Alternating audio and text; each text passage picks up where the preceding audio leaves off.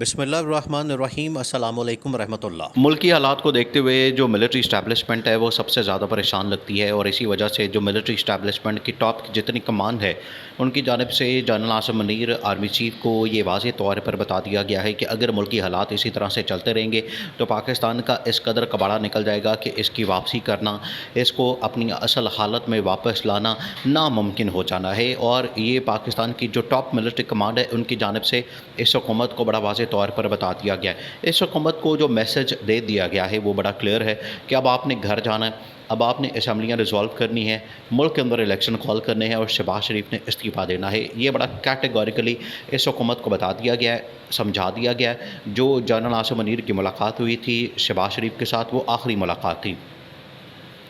اس ملاقات کے اندر بتا دیا گیا تھا کہ آگے کا پلان کیا ہے۔ آگے کا پلان یہی تھا کہ آپ نے اب گھر جانا ہے، دیکھیں آپ نے معاملات کو سمجھنا ہے۔ اس ٹائم عمران خان کے اوپر جو پریشر ڈالا جا رہا ہے کہ عمران خان کسی طرح سے سرنڈر کر دے، عمران خان کسی طرح سے ہار مان لے، عمران خان اپنی پارٹی کو چھوڑ دے، اس وجہ سے عمران خان کے اوپر پرچے، مقدمے، FIR، مقدمات سب کچھ ہو رہا ہے۔ لیکن ایسے میں جو عمران خان کو ایک سپورٹ ملی ہے وہ سپورٹ ملی ہے لطیف کھوسہ کی جانب سے اور چودھری اعتزاز احسن کی جانب سے۔ اب عمران خان کے خلاف جو مقدمات ہیں ان کی لسٹ بڑھتی جا رہی ہے۔ اب لاہور کی انسداد دہشت گردی عدالت نے عمران خان کے وارنٹ گرفتاری جاری کیے، وہ جو وارنٹ جاری کیے گئے ہیں وہ ناقابل ضمانت ہے۔ اس کا مطلب ہے کہ اس میں ضمانت نہیں ہو سکتی، اور اب عمران خان کی گرفتاری کی باری ہے۔ اب عمران خان کو اریسٹ کیا جانا ہے، اور عمران خان کو اریسٹ کر کے یہ ملکی حالات خراب کرنے ہیں۔ عمران خان نے جیسے ہی اریسٹ ہونا ہے اس کے بعد ملکی حالات خراب ہونے ہیں۔ تو یہ بات تو بڑی کلیئر اور واضح طور پر سامنے آ چکی ہے کہ پاکستان کے اندر جو ملکی حالات خراب کرنے کی ذمہ دار ہے وہ یہ حکومت ہے۔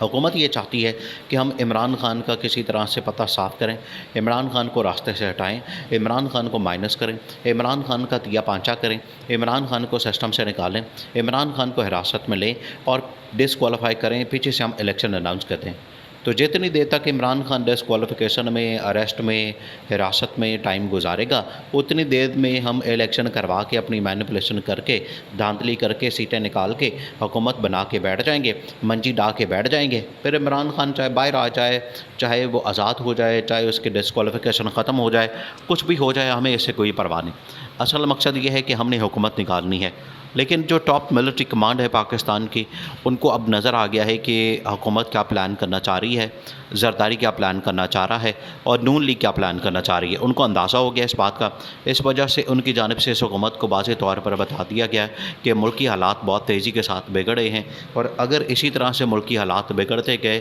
اگر اسی طرح سے ملکی حالات خراب ہوتے گئے تو پھر ملک کو سنبھالنا مشکل ہو جانا ہے۔ اور یہ حکومت کو بتایا گیا کہ آپ کو لانے کا مقصد یہ تھا کہ آپ ملکی حالات کو بہتر کریں گے۔ آپ نے بہتر کرنے کے بجائے الٹا ملکی حالات اتنے خراب کر دیے ہیں، اتنے خراب کر دیے ہیں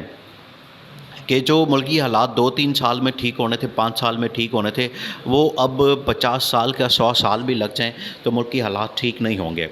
اب یہ جنرل آصف غفور کی جانب سے، جنرل عاصم منیر کی جانب سے، جنرل سائد شمشاد کی جانب سے، جنرل ندیم انجم کی جانب سے، جو پاکستان کی ٹاپ کی ملٹری کمانڈ ہے ان کی جانب سے اس حکومت کو بڑا واضح طور پر بتا دیا گیا۔ اب معاملہ چلا گیا ہے سپریم کورٹ پاکستان میں۔ سپریم کورٹ کے اندر جو معاملات ہیں وہ اصل میں چیف جسٹس عمر عطا بندیال کی کورٹ میں ہیں۔ ایک تو یہ کہ اس میں ملٹری کورٹ کے حوالے سے ایک ٹرائل ہونا ہے، اس کے لیے پٹیشن ڈال دی گئی ہے، اور دوسرا یہ عمران خان کے مقدمے کے اوپر پٹیشن ڈال دی گئی ہے کہ عمران خان کے اوپر مقدمات کی بھرمار کی جا رہی ہے۔ اور اس سلسلے میں ایک ملاقات بھی ہوئی چودھری اعتزاز احسن کے لطیف کھوسہ کی چیف جسٹس عمر عطا بندیال کے ساتھ۔ یہ جو ملاقات دیکھیں آپ نے کنیکشن سمجھنا ہے۔ پہلے ملاقات ہوتی ہے عمران خان کے لطیف کھوسہ کے ساتھ، اس کے بعد ملاقات ہوتی ہے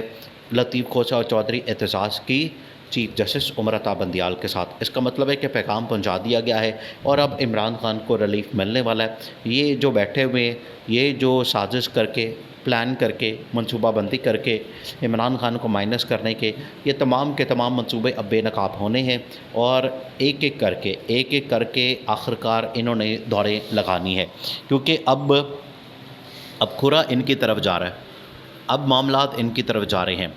دیکھیے جو ملٹری اسٹیبلشمنٹ ہے اس کو اس چیز کا اندازہ ہے، وہ کبھی بھی اس چیز کے اوپر کمپرومائز نہیں کرتی کہ ملکی حالات اگر اسی طرح سے بگڑتے جاتے ہیں، اگر اسی طرح سے چلتے جاتے ہیں تو ہم چپ کر کے بیٹھ جائیں گے، ہم گھروں کو چلے جائیں گے۔ ابھی یہ کہا جا رہا ہے کہ ملٹری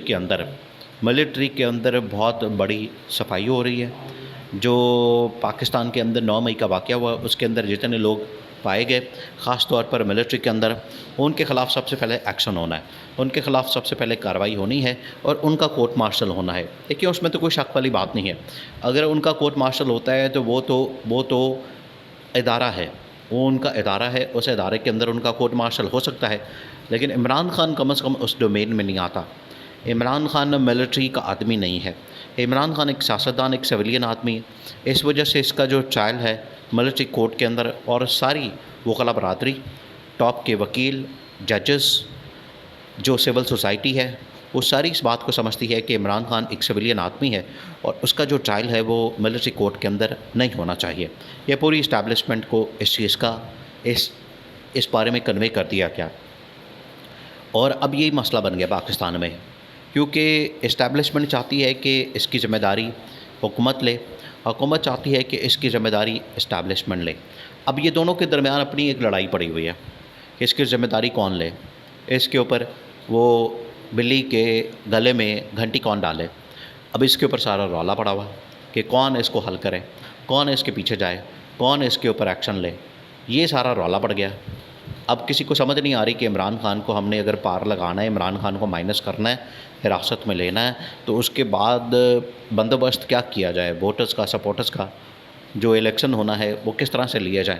کیونکہ نئی پارٹی لانچ کی اس کا فائدہ کوئی نہیں ہوا۔ باقی جو حالات ہیں ملکی، مہنگائی، بے روزگاری کے، وہ نواز شریف تو حل نہیں کر سکتا۔ ایسا تو نہیں کہ نواز شریف اکیلا آئے گا اور اکیلا آ کے ملک کو ٹھیک کر لے گا، آخرکار اس کی ٹیم تو یہی ہے، اسحاق ڈار ہی ہے، یا یہ آگے پیچھے دائیں بائیں جو آپ کو نظر آ رہے ہیں، خواجہ آصف، خرم دستگیر خان، رانا ثناء اللہ، یہ تمام لوگ، آخرکار انہوں نے آ کے معاملات سنبھالنے ہیں، تو انہوں نے پہلے اتنی تباہی اور بربادی پھیر دی ہے، ملک کے اندر اتنا بیڑا غرق کر دیا ہے،